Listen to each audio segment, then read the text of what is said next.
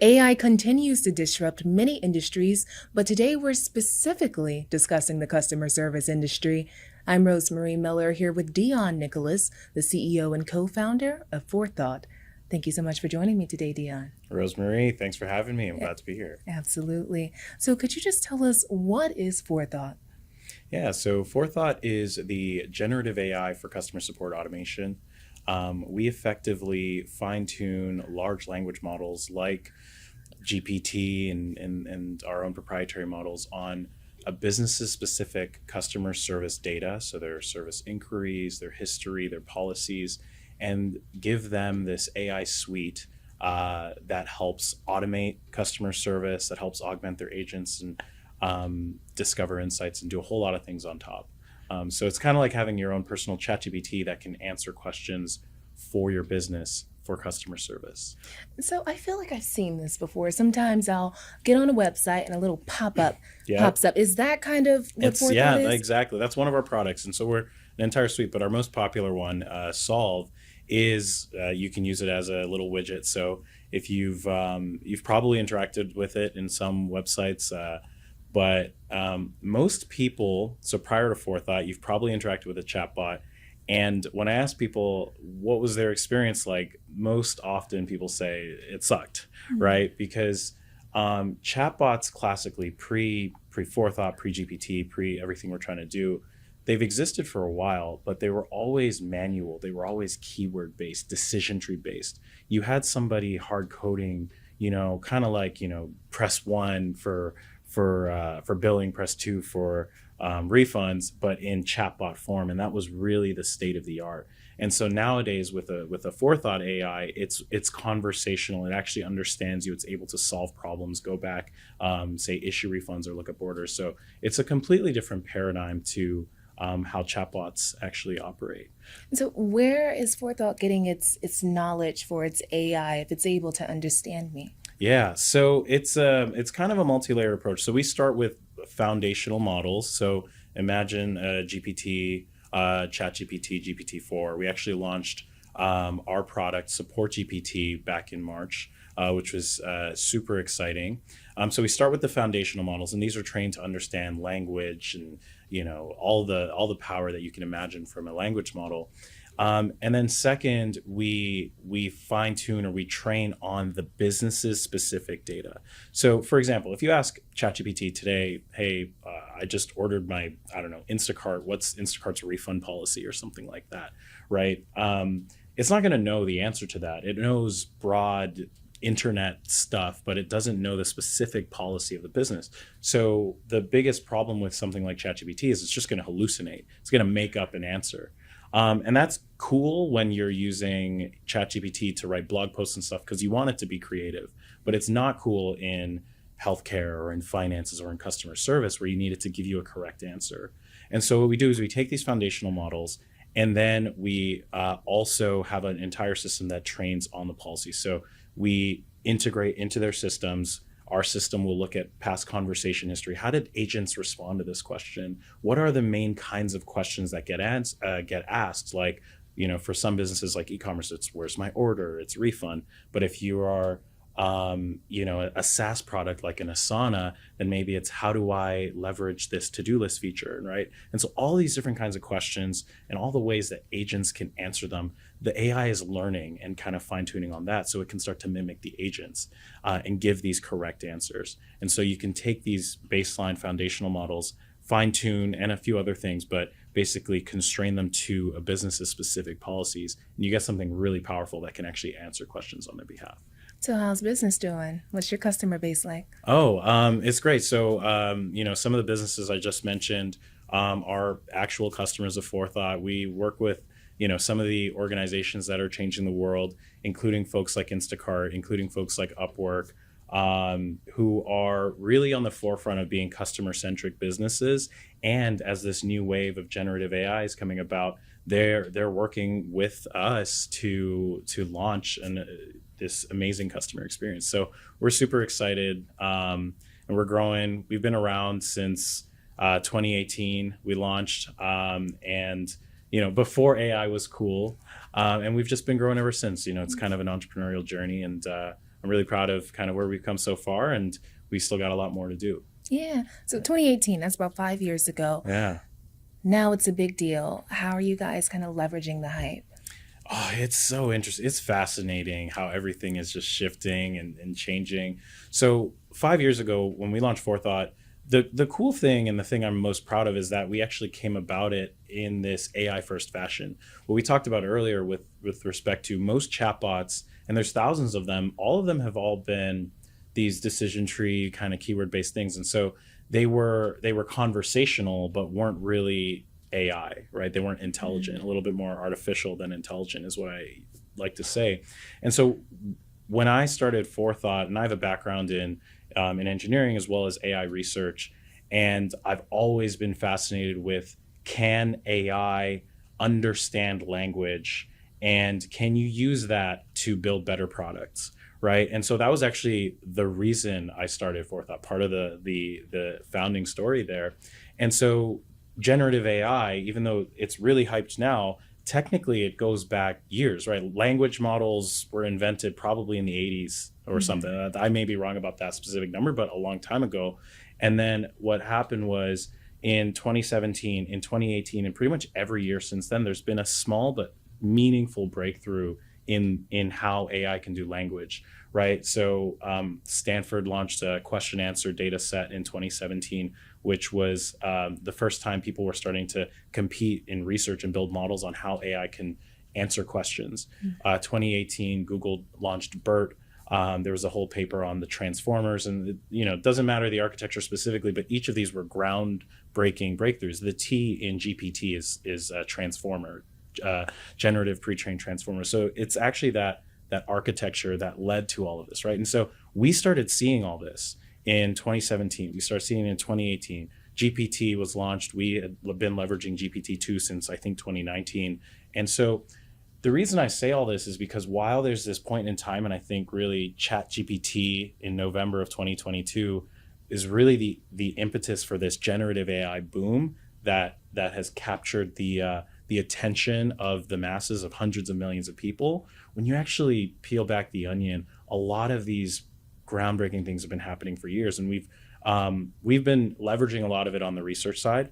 And I think the biggest change right now, going back to your question, with respect to the hype, has been, instead of us banging down doors explaining to people this is why you need real AI instead of what you've been doing before, we're now getting people banging down our door saying, hey, we need AI. Can you help us? My CEO wanted this yesterday. And we're like, okay, I'm glad. So I think it's been fun to see the awareness of AI kick in. And it's forced us to get real sharp. It's forced us to continue to upgrade and focus on our core differentiators. But it's also just been such a fun time to be an AI company. Like this is literally the best time in history to be involved in AI. Right. And I don't think it's letting up. Ooh, that's scary. You don't think it's letting up. Meanwhile, I'm sure you saw the Center for AI Safety. They put out a statement a few days ago about how AI could lead to like human extinction or something like that. What are your thoughts on that? So I am a personality trait. I will just start by disclaimer. I am an optimist, a cautious optimist in general, when it comes to these things. And so I'm not actually a huge fan of most kind of alarmist type things. I think, I don't know what the agendas are behind it. Like, I don't know. But I'm also not the expert on that. And so the way I think about it is there have been waves in the past that have been as powerful as this shift to AI. And so the only way I can reason about the future is by trying to find analogies in the past, right? And so, when the printing press, electricity, right, computers, even nuclear energy, right? I think that's probably the biggest thing to think about. Nuclear energy is both positive and negative in the sense that, it has the potential to power all of society, right? Like in terms of our energy and all of that. But there's also the dark side of nuclear energy, which is like nuclear weapons and stuff like that, right? I don't even know if we're allowed to talk about that stuff, but right. But that is, I think, the same with AI, maybe potentially even to a lesser degree, depending on how you think about it. But AI has this power to radically improve productivity across every single area of our lives, from how we get work done to how we interact with our friends, our family, our people. And I think that's just going to be net positive. Heck, AI will even help us, figure out the theorems that will help us figure out nuclear fusion and fission and like have better nuclear energy and all these other things, right? So I think there's just a whole superpower for humanity through AI. But at the same time, there are real risks, right? Like we've seen that with social media, disinformation, misinformation. Now what happens when basically anything on the internet can be doctored, right? Like who knows if this video of us is even real or AI generated at the end of the day. And so there are real dangers, right? And jobs will be changed and things like that. And so I think it's very important that we think about AI safety, right? And so even though I'm not kind of an alarmist, like I'm actually grateful that there are people saying, hey, should we be stopping this? Right? Because that is what's going to prompt enough people who are working on the safety side to take these things seriously. And one more kind of like, generative AI history lesson. The earliest generative models were called GANs, generative adversarial networks. And the way they were trained was you would train one model to produce something like Shakespeare or an image. And at the same time, you train another model that's trying to detect how fake, trying to detect if it's an AI fake, like AI generated or not. And so what you do is you pit these models against each other. And so as this model got better at producing human-like images, for example, this model got better at being like, nah, that's a fake, and this is what a real human-like image looks like. And they would keep getting better and better and better until this model was like really good and could like outsmart the machine. Literally, that's how the first generative models were trained. The reason I say that is because, in the past, what they would do is they would train these models, they would throw out the tester, the scorer, and just use the generative model. But I think in the future, when it comes to AI safety, not only will we have all of this AI that can produce the stuff, but we should also be using AI to help detect, is this content fake on the internet? And so I think a lot of the AI safety will be, making sure that the stuff that is powerful in generating and the stuff that's powerful in safety evolve at the same pace in society. And there's no way to understate that. And so that's kind of how I think about it. I think it's very important. And I think you got to equally level up our, how we think about copyright law, how we think about laws in general, jobs, all of those things as the AI advances. So while I am not an expert on this, I believe some of the conversation I've been hearing is it's going to get too intelligent. And if it's too intelligent, then it's going to be like, I don't know, more intelligent than people. Yeah. And so why, if AI is so brilliant, and I'm kind of using your model now, yeah, if it's so brilliant, why would it like bring itself down? Right. So, couple things. I think it's a good question.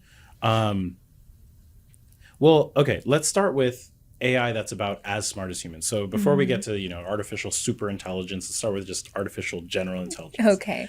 Now, I again, by analogy, I like to think about, okay, what would the world be like if you're trying to take it from first principles? What would the world be like if we all had access to that and there was AI that was about as smart as humans?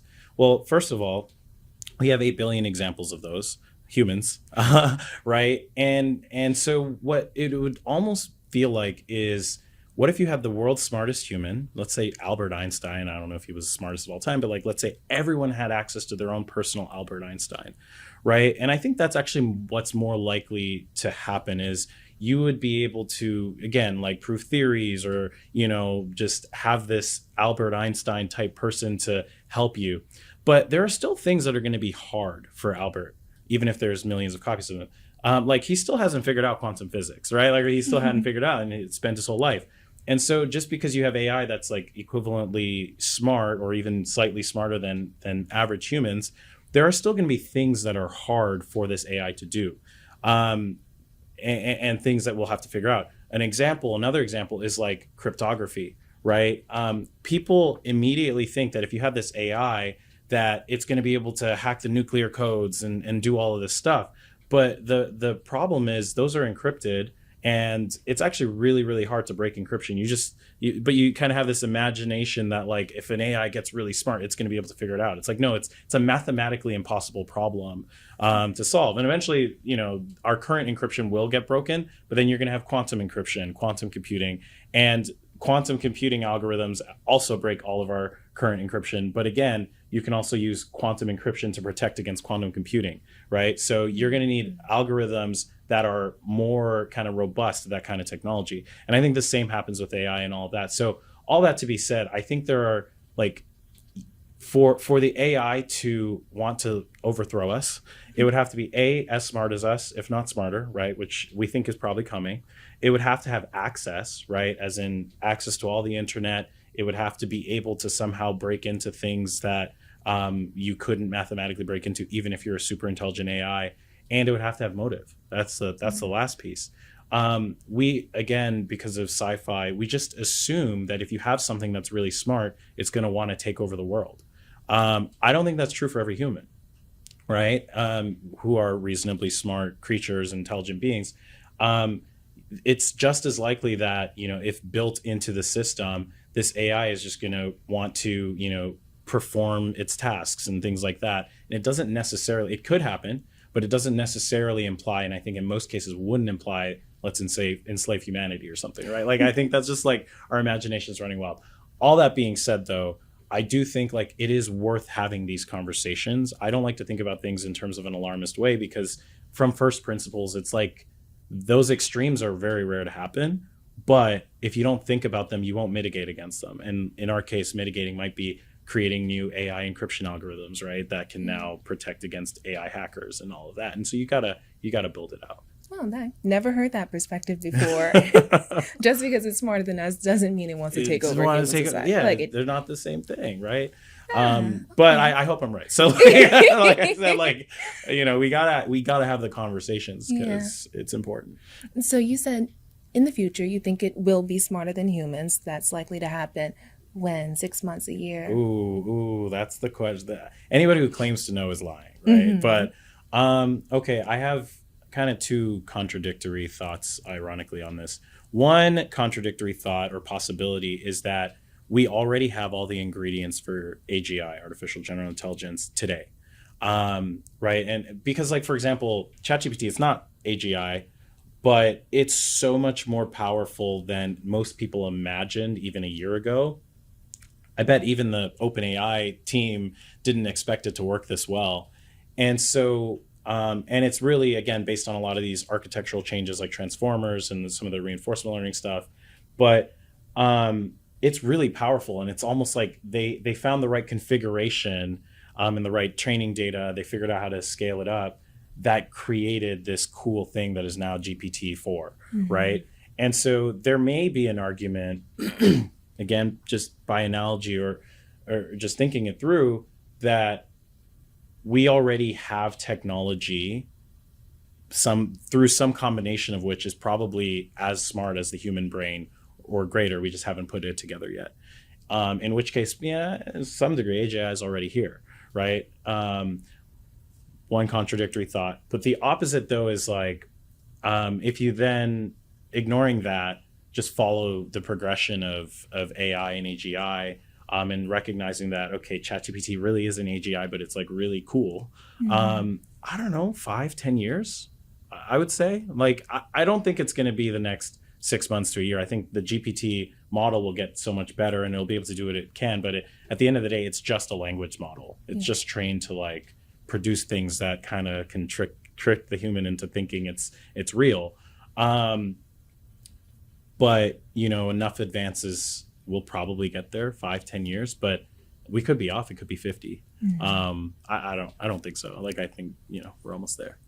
So as the CEO of an AI company, it appears you have no plans of slowing down anytime soon. So it makes me think about these other CEOs, the OpenAI CEO, what is it? Google DeepMind. Yep. DeepMind. Yep. They're calling to slow it down, if I'm not mistaken. Would there be an ulterior motive for them to do this? That's a good question. Yeah. I don't know. Controversially, I would say like show me the incentive, I'll show you the outcome, right? Like what I mean by that is I don't think any of these CEOs have real incentive to slow down. They're research institutes, and like, absent the fact that this is hype and blowing up, the whole prerogative of these research institutes is to keep doing research, is to keep pushing the boundaries. And I think it's also in Sam Altman's best interest, and he probably believes it as a human, that to say, when in front of Congress, hey, let's regulate AI, right? Like there's like no reason or incentive why he would say otherwise, but there's also no reason or incentive why he would slow down. And so, not to say that it's disingenuous, like I genuinely believe, like I have a lot of respect for Sam Altman, and how he thinks about the world and how he's trying to like actually bring about AI in a safe way. But I also think like if you're put in front of Congress and you have to, think about what a policy should look like, you're going to think, yeah, like you should regulate this stuff. And I agree. And they're to their benefit, they're doing a few things. They're doing like I think an AI regulation coding challenge or competition to see who can come up with the best AI solutions to regulate AI and stuff like that. So I think they care, but I don't know if like these petitions and all of this are actually going to slow it down. To some degree, like capitalist forces are actually in many ways a good thing, right? Like, OpenAI, part of literally why we are having this conversation today is because ChatGPT dropped and it blew up the internet, right? And everyone loves it. And at the end of the day, it was a product built, like not them thinking about themselves as a research institute, but them thinking about themselves as a product company, which is a startup, right? And so I think the fact that that they do have to make some amount of money. I don't know if they're a for-profit or nonprofit anymore. I can't keep track. But the fact that they're operating like a startup, and I think a lot of these other companies that are probably focused more on safety are operating like a startup, I think that's net positive because that's what's breeding the innovation. And I think the innovation has to happen on both, again, the generative side, but also on the safety side. And you hope that happens faster than bad actors, right? Because the bad actors are never going to stop. Like they're not going to be like, oh yeah, they're slowing down, there's regulations, like they're just going to keep doing their thing. And so I don't know, it's maybe a little cynical, but also like powerful in and of itself that the innovation will keep happening. And if people care enough about it and are innovating with a startup mindset, that can actually lead to good outcomes. Well, I asked that question because crypto is my focus, and right. Sam Bankman-Fried, he was the golden boy once upon a time. Golden boy. Yeah, right. And he was undercutting everyone at the very end of the day. So that's why I asked that question. You're like, is this a Sam Bankman-Fried moment? It's not good that they're both named Sam. I'm kidding. Wow. No, but I think that's a fair point, right? And like integrity really matters in this stuff when you're dealing with people's money, people's livelihoods, in the case of crypto, and also in the case of AI, where there is this powerful technology. I think the good news, and again, this is the optimist in me speaking, like I'm always like, okay, where's the bright side? But also you think about it from first principles is AI, these folks are developing AI because they're fascinated by it, right? In the sense of all of this research was done by people, again, who had the prerogative to push the boundaries to like actually figure out how does the brain work? How do we replicate that? That's where a lot of these labs initially came from and a lot of the research. So they're operating like startups, but it's more kind of not altruistic, but it's more real. Whereas in many cases, I actually think crypto is really important and blockchain is actually ironically going to be even more important in this AI era.